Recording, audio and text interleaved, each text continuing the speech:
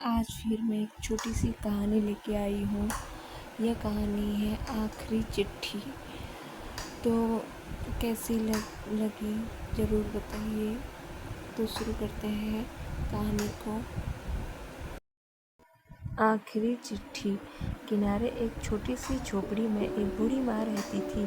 उसका एक ही बेटा था, अर्जुन। अर्जुन पढ़ लिख कर शहर चला गया था अच्छी नौकरी करने।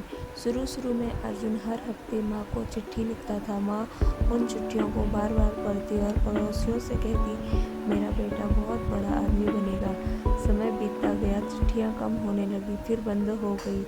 माँ हर सुबह दरवाजे पर बैठकर डाकिया का इंतज़ार करती। जब भी डाकिया आता, माँ पूछती, मेरी अर्जुन की कोई चिट्ठी आई? डाकिया हर बार सर झुकाकर कहता, नहीं माँ। साल बीत गया। एक दिन गांव में खबर आई कि शहर में अर्जुन बहुत बड़ा अफसर बन गया है।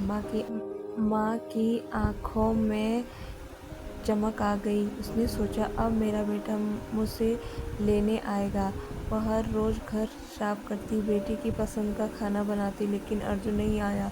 एक रात माँ बहुत बीमार पड़ गई। पड़ोसियों ने कहा, अर्जुन को खबर दे दो। बहुत कोशिशों के बाद अर्जुन को संदेश मिला। वह कई साल बाद गांव पहुंचा, लेकिन अब तक बहुत देर हो चुकी थी। माँ की चारपाई खाली थी। सिरहाने पर एक पुरानी बोतल रखी थी। अर्जुन ने खोला। उसमें उसकी बचपन की तस्वीर, पुरानी चिट्ठियाँ और एक आखिरी चिट्ठी थी। उसमें लिखा था, बेटा अर्जुन, मुझे तुझसे कोई शिकायत नहीं थी, बस एक बार तुझे गला लगानी चाहती थी। अगर कभी समय मिले तो घर आ जाना, तेरी माँ इंतज़ार करेगी। चिट्ठी पढ़ते ही अर्जुन फूट फूट कर रोने लगा, लेकिन इस बार माँ दरवाजे पर उसका इंतज़ार करने के लिए नहीं थी। अर्जुन उस चिट्ठी को सीने से लगाकर घंटों तक रोता रहा। उसे हर वो पल याद आने लगे जब माँ उसे अपने हाथों से खाना खिलाती थी, बारिश में भीगने पर डांटते हुए तौलिए से उसके बालों को सुखाती थी। घर के कोने में माँ की पुरानी चप्पलें पड़ी थी। चूल्हे पर वही बर्तन रखा था जिसमें शायद माँ ने आखिरी बार उसके लिए खाना बनाया होगा। पड़ोस की बूढ़ी काकी बोली, बेटा तेरी माँ आखिरी सांस तक बस तेरा नाम लेती रही।